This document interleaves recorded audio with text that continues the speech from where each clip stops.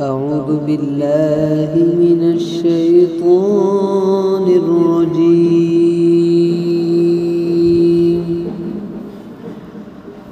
بسم الله الرحمن الرحيم.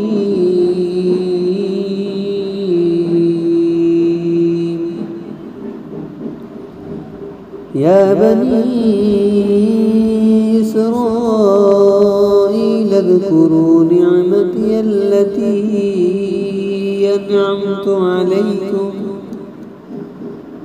أنعمت عليكم وأوفوا بعهدكم وإياي فارهبون. وآمنوا بما أنزلت مصدقا لما معكم ولا تكونوا أول كافر به ولا تشتروا بآياتي ثمنا قليلا وإياي فاتقون. ولا تلبسوا الحق بالباطل وتكتموا الحق وأنتم تعلمون.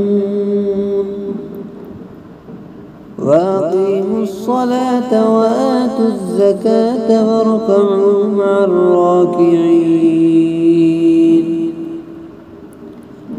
أتأمرون الناس بالبر وتنسون أنفسكم وأنتم تتلون الكتاب